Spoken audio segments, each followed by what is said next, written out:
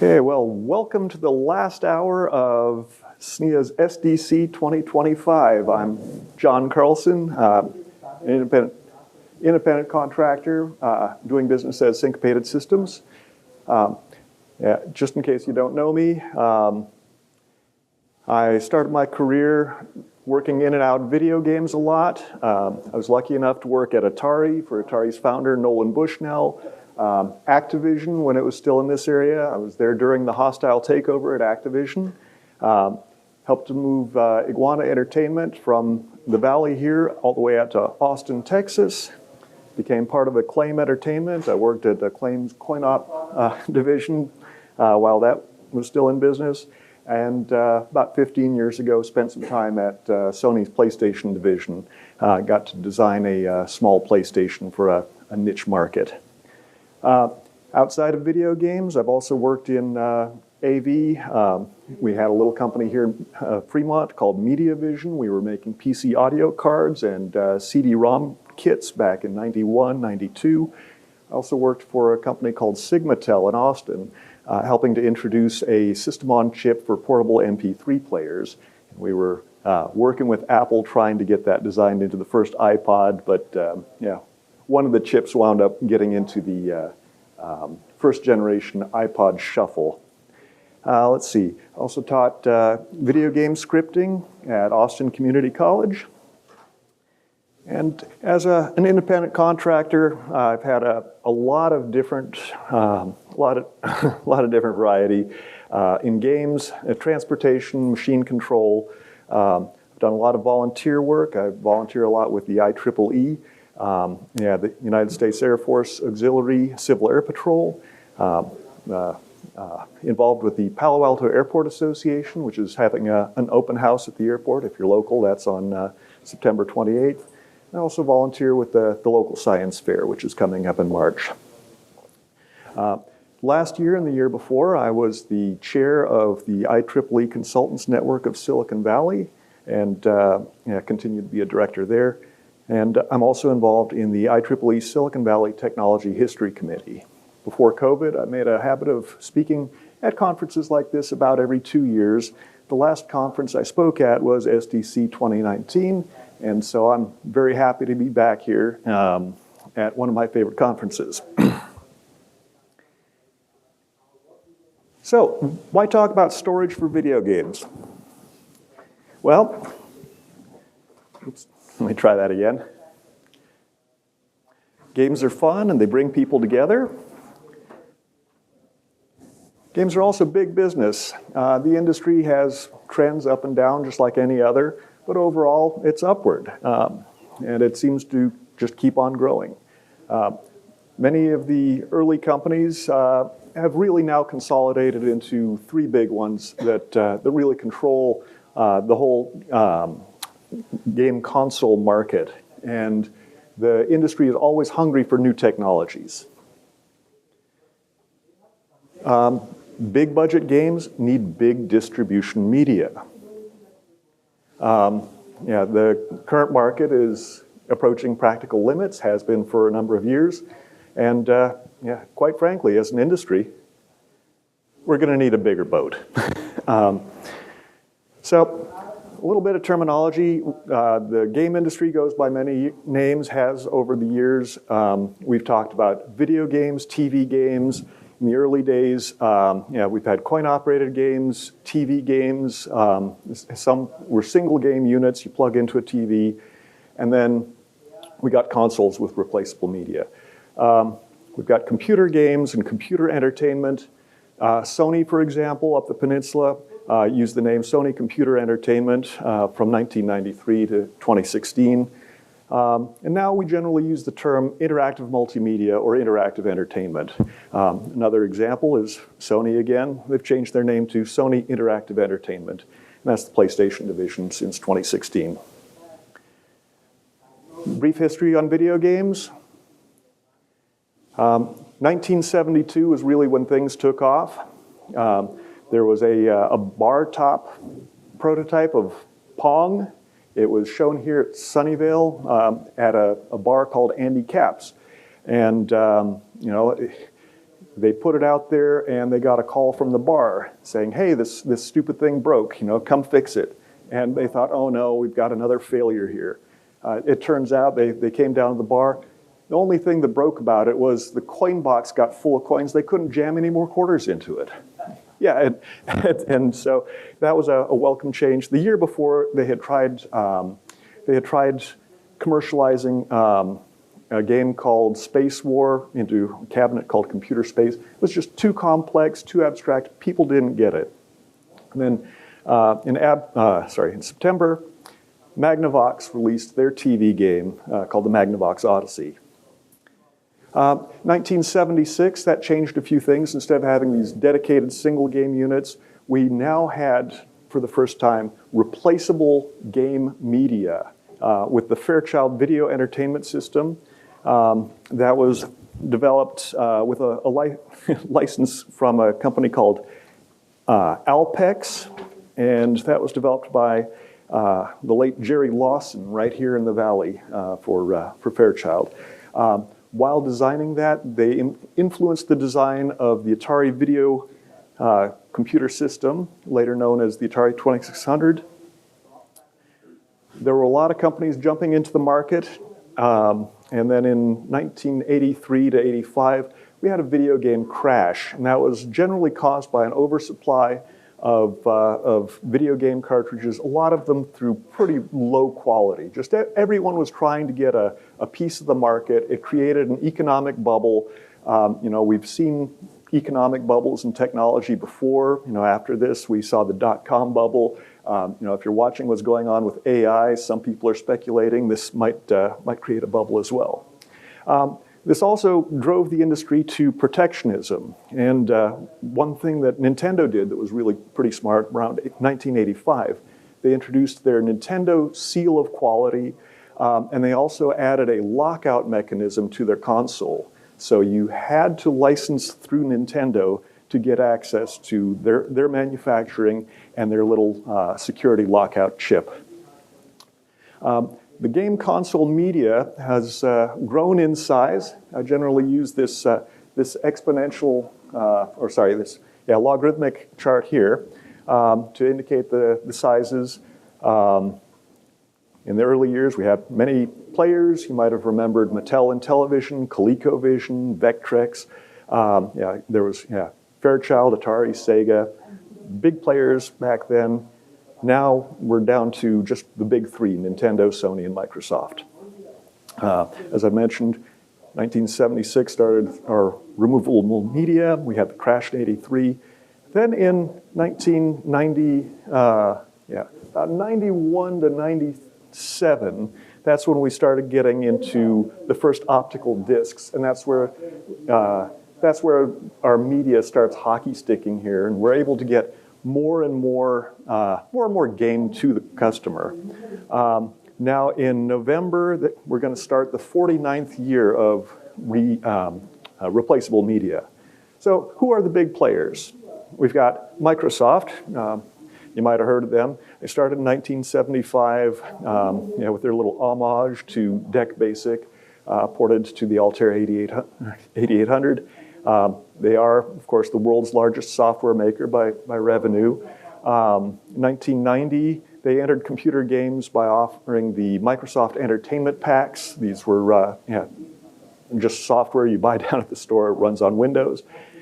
2001, they released the Xbox game console. They actually announced that they were working on that at the Game Developer Conference here in San Jose in 2000. In 2023, they acquired Activision Blizzard for almost $70 billion, so big game brand there. And the games that they're selling through Xbox, all of the Xbox division accounts for about 8.3% of Microsoft's revenue. So it's really nothing to sneeze at. Next big player. We've got Sony. Sony started in 1955 with a portable transistor radio called the TR-55. They tried to advertise how incredibly portable it was and tried to fool people into thinking that it was really shirt pocket sized by having their engineers wear white shirts with enlarged shirt pockets to fit the radio in there. So a little bit of a marketing flub there. At least when I worked at Sony, they were the world's 5th largest media conglomerate, probably still right about there. And they were a former Nintendo partner. They did some work on the Super Nintendo, designed the sound module in there, and had designed a CD-ROM add-on for the Super Nintendo.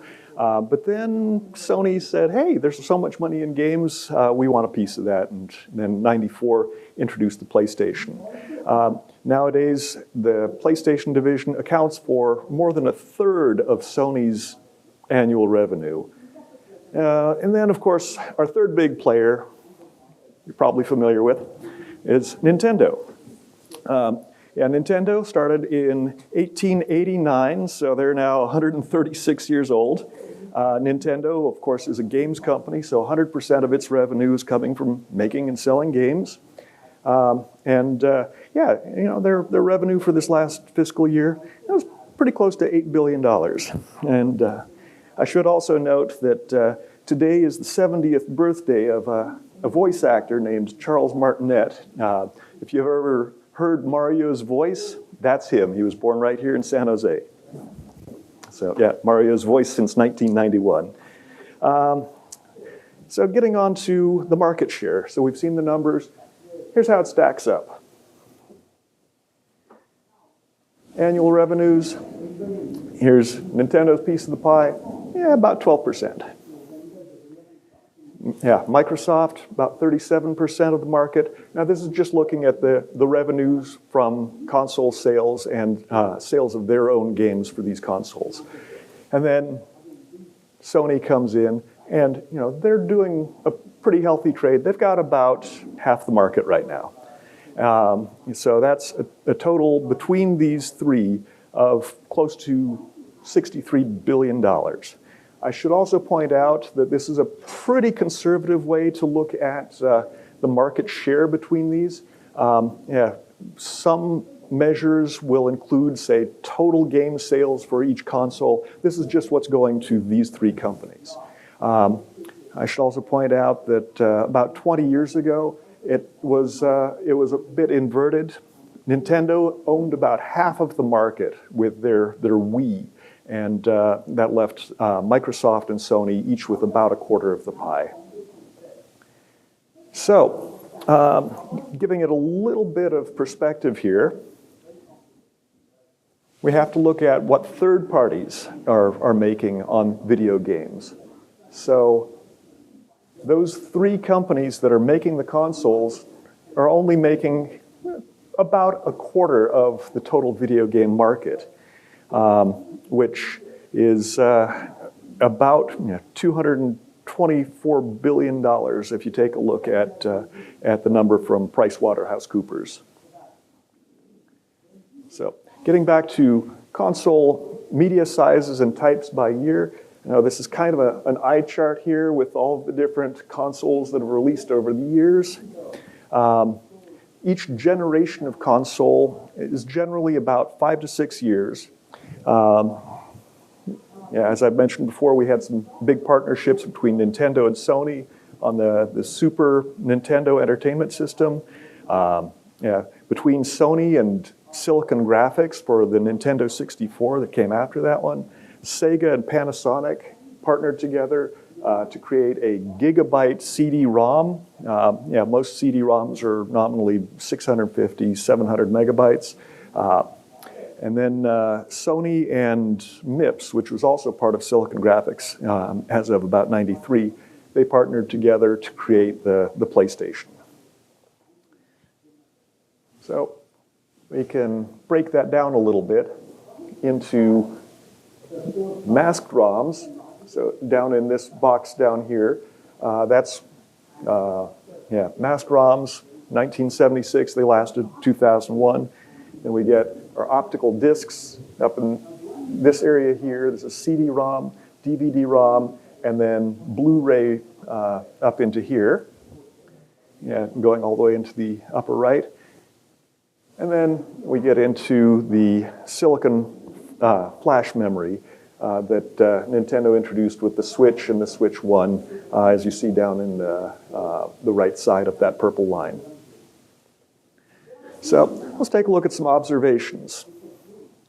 The ROM cartridges had a viable life of 25 years, half of the history of replaceable game media. 12 millimeter optical discs dominated the last 31 years.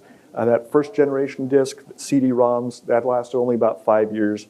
Second generation, only about 6 years.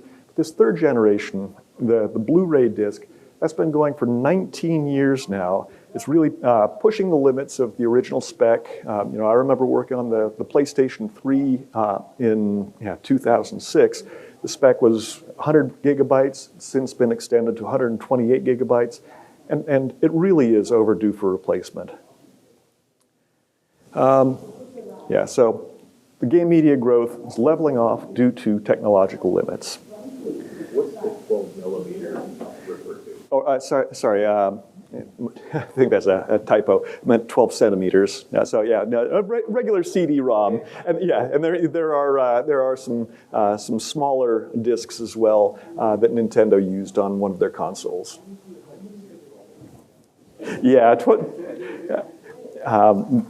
That would be interesting. I wasn't trying to question you. No worries. Okay.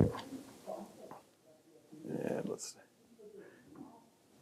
so, in the game industry, we've got some major stakeholders and interests. The console makers, of course, they're looking for return on investment for their media.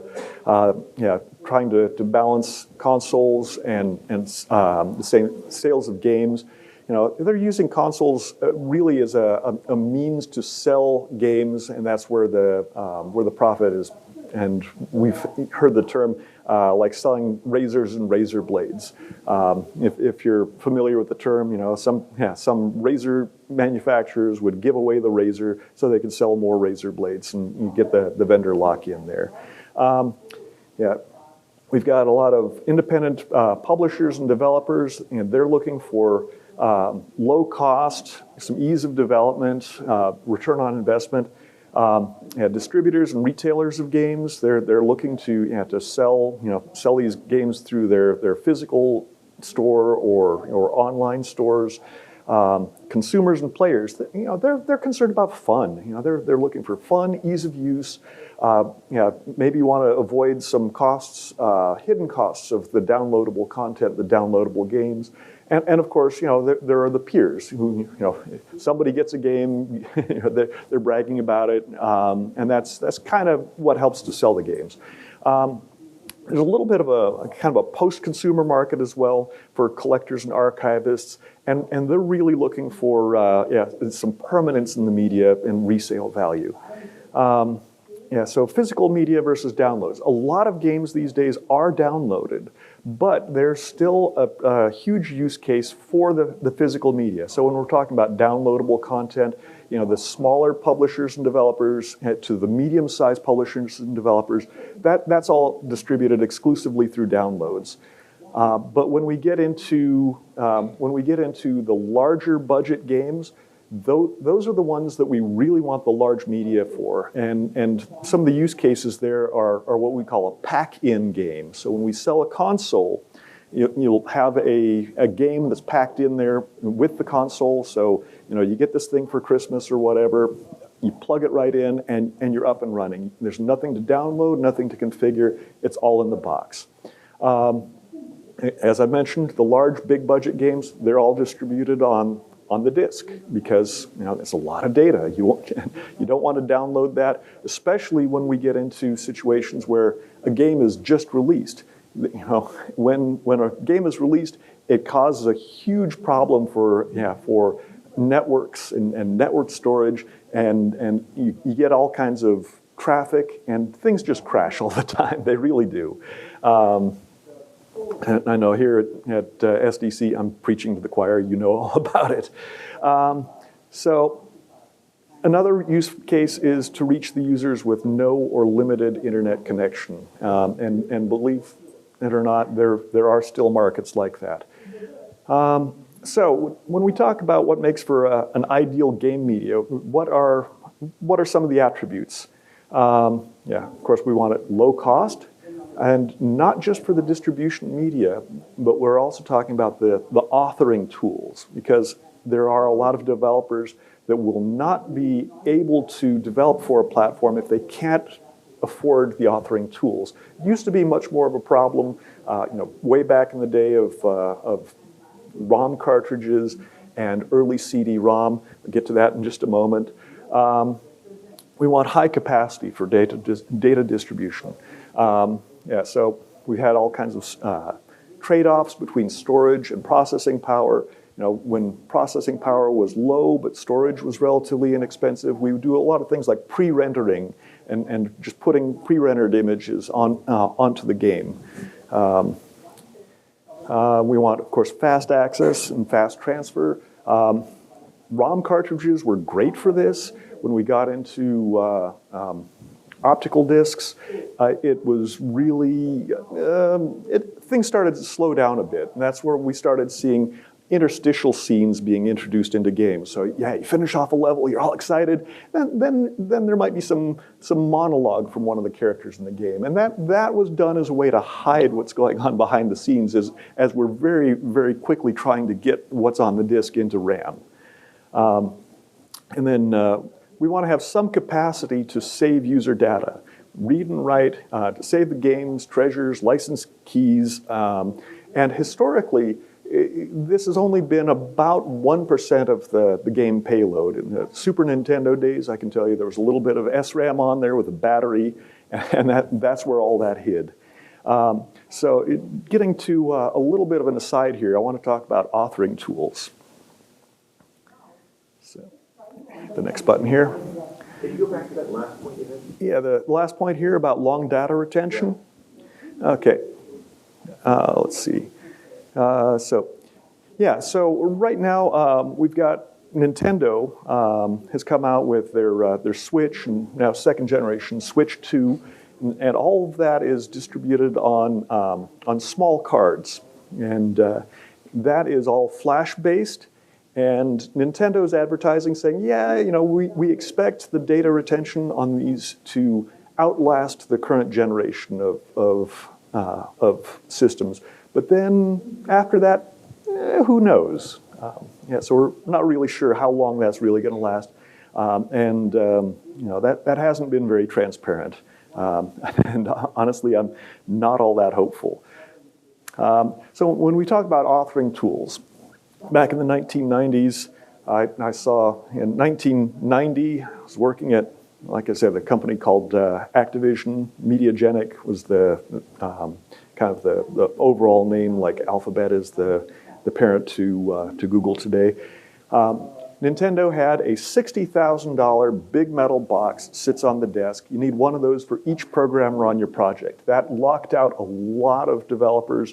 Really everybody except for the biggest developers could afford a $60,000 box on their desk. And this was in 1990 money. And then next year, they came out with a cost-reduced box. Still, that was $15,000. Now, I had done some contract work for a company that later hired me on. Ultimately, I reduced that down to a $500 piece of equipment that just plugged into a slightly modified Super Nintendo, and that just gave a little SCSI port on the back of the lower cartridge there. And we had a little battery pack on the back that went to a small DC to DC switcher. Magnetics in those days, they were hard to get. It was kind of a supply chain nightmare, but this really lowered our costs dramatically. That was my last generation system that I made for Iguana Entertainment. I'm talking about authoring tools. There was to author. Say Microsoft Windows on CD-ROM for the first time. There's a typo on my slide here. there was a box from a company up the hill here called Meridian Data Systems, and that was basically a SCSI, a bunch of disks, and yeah, it cost $25,000. That's what we mastered it on. Of course, I was working for MediaVision at the time. They sent me out to Sony's Digital Audio Disc Corporation to oversee the pressing of these discs. Get back to the office, and one of the colleagues in sales said, "Hey, I just got a call from Bill Gates' executive assistant. Just ordered 2 copies of the discs you hauled back." Again, big metal box sits on the desk. 1995, in order to author release titles for the Nintendo 64, Nintendo was kind enough to send us at Iguana Entertainment a couple of these big boxes that sat on the floor, Silicon Graphics Onyx workstation. Yeah, since I was the hardware guy at the software company, I was the one who had to hire the electrician to wire a little bit more power for a couple offices there. And we did games like Turok Dinosaur Hunter and the South Park game using these Onyx workstations. So when we talk about ideal media for distributing video games, again, I'm talking about not online distribution, but old-fashioned sneaker net. The Nintendo game cards, they come close, and if you tend to squint at hardware like I do, you can kind of get an estimate of how fast that might run. Yeah, these were 1 to 32 gigabyte for the Switch 1. For the second generation Switch, the Switch 2, they're at 64 gigabytes. Yeah, some of the pros, they're obviously much faster than Blu-ray ROM or the Blu-ray disc. And assuming that the signaling is probably going to be similar to PCIe, we can probably estimate that the transfer rates are going to be at least 8 times faster to 100 or 200 times faster than what we can achieve using the Blu-ray disc. Yeah, some of the cons, they're of course, they cost more than Blu-ray discs. The capacity is only about half of what we can get on a Blu-ray disc. And this thing that I really wasn't anticipating with Nintendo, but they're too small. They had to make them taste terrible. So if you see any gamer videos on YouTube, you might see people doing the Nintendo Switch card taste test challenge, and they put a bitterant on there so little kids don't swallow these cards. There's really no reason for them to be physically this small. So what would I as a game developer like to see in an ideal distribution medium? I would like to store the bulk of the data onto masked ROM. Masked ROM is really cheap to produce. It's something that semiconductor companies can go ahead and grow, and you program it in just the top layer metal, maybe the top 2 layers of metal, and once you need chips, you can have a lot of that pre-baked, and you just mask on those top metal layers. We get a lot of pros there. High density, low cost, low power. It's permanent by construction. That's aluminum that is cast onto a piece of glass.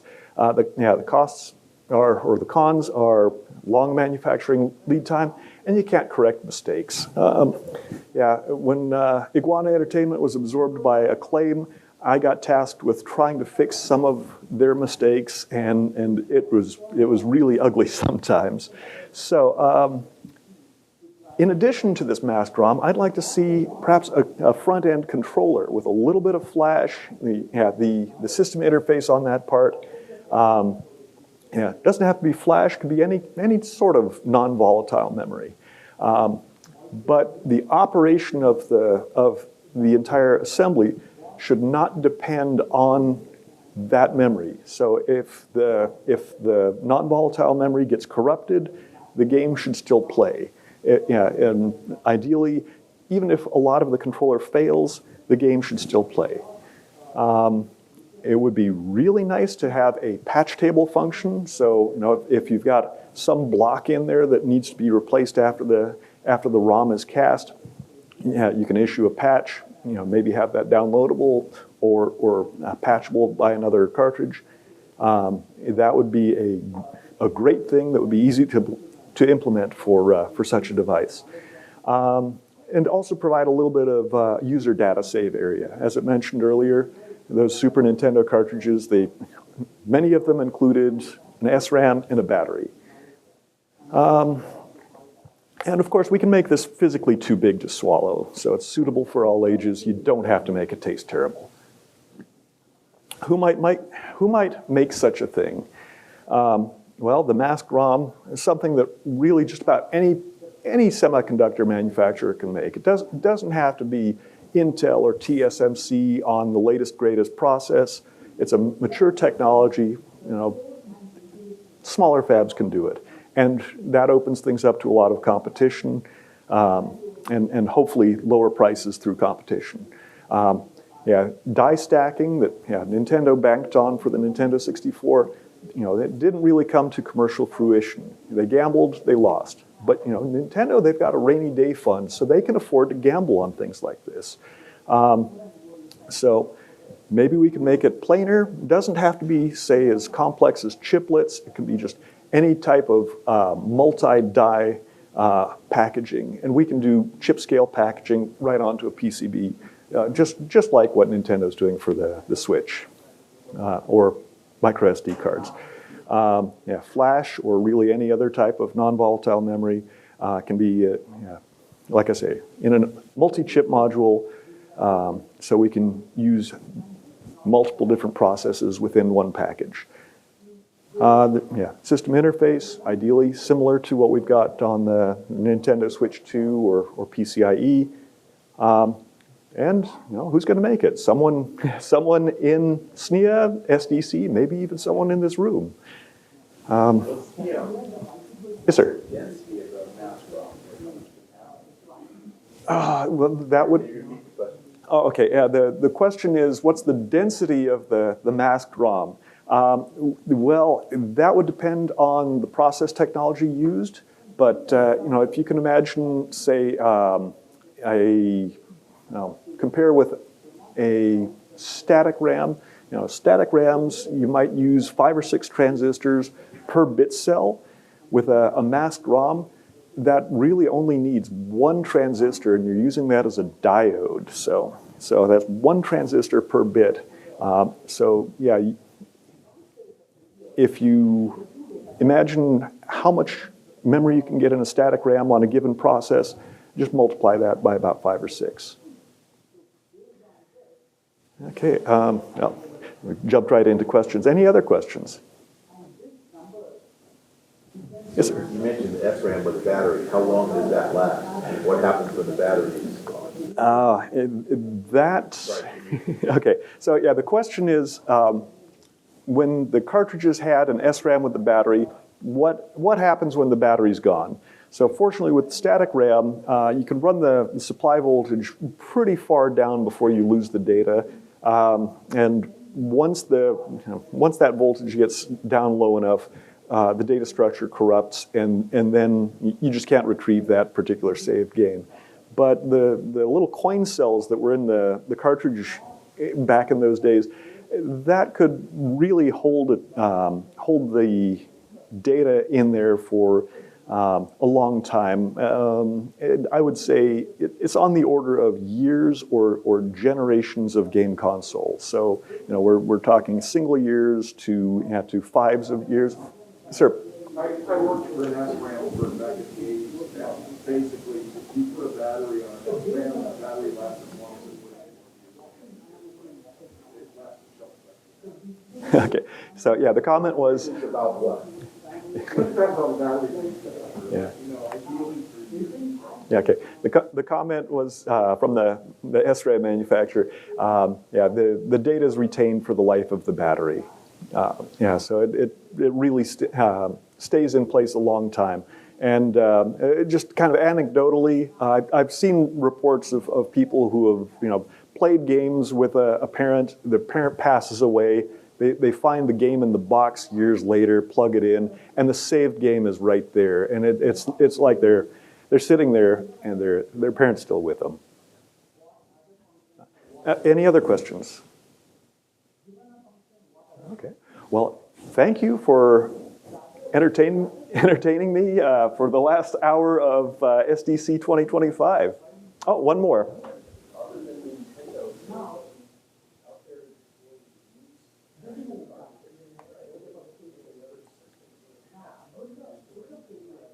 Okay, so the question is, other than Nintendo, is anyone using cartridges? And the answer is no. So right now we've got the Xbox series and the PlayStation series. So PlayStation 5, it's got the latest and greatest Blu-ray disc drive on there. So conceivably we could shove those 128 gigabyte discs in there, those 4-layer discs.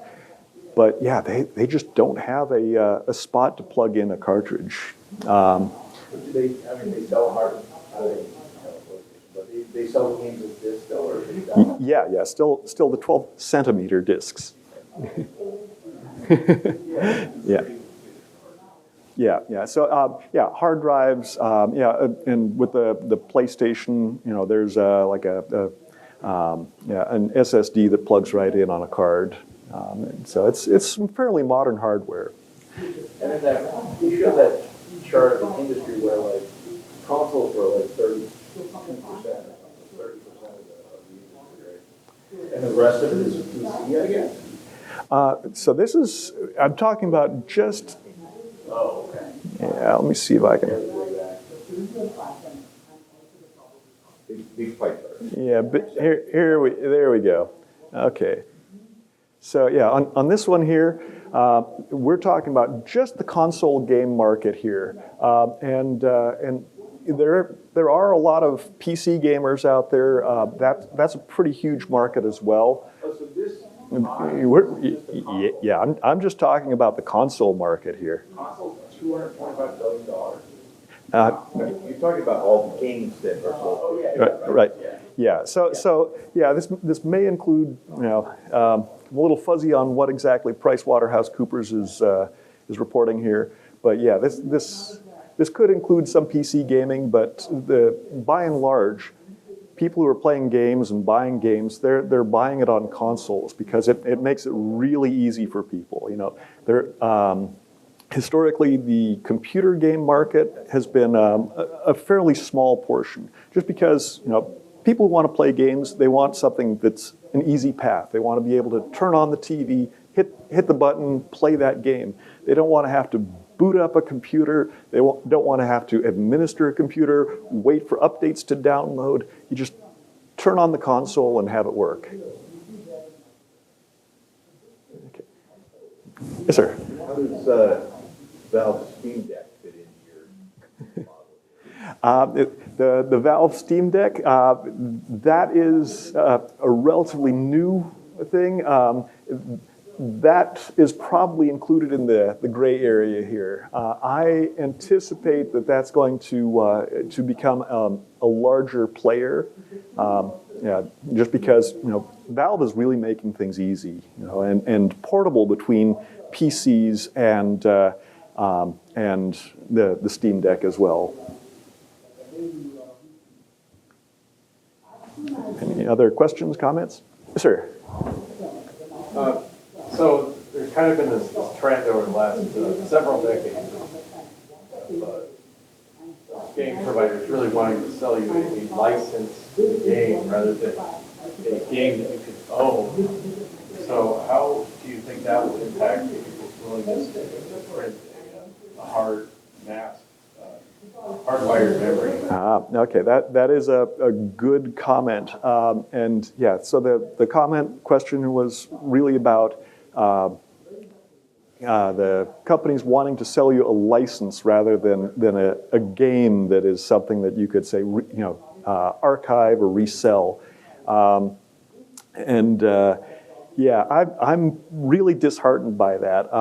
And about 12, 13 years ago, I got dragged into a project that was supposed to introduce a new console with physical media as its primary distribution, and there's a small but vocal community within gamers who really want to have that physical media so that that license doesn't expire, so that it's something that can be passed on.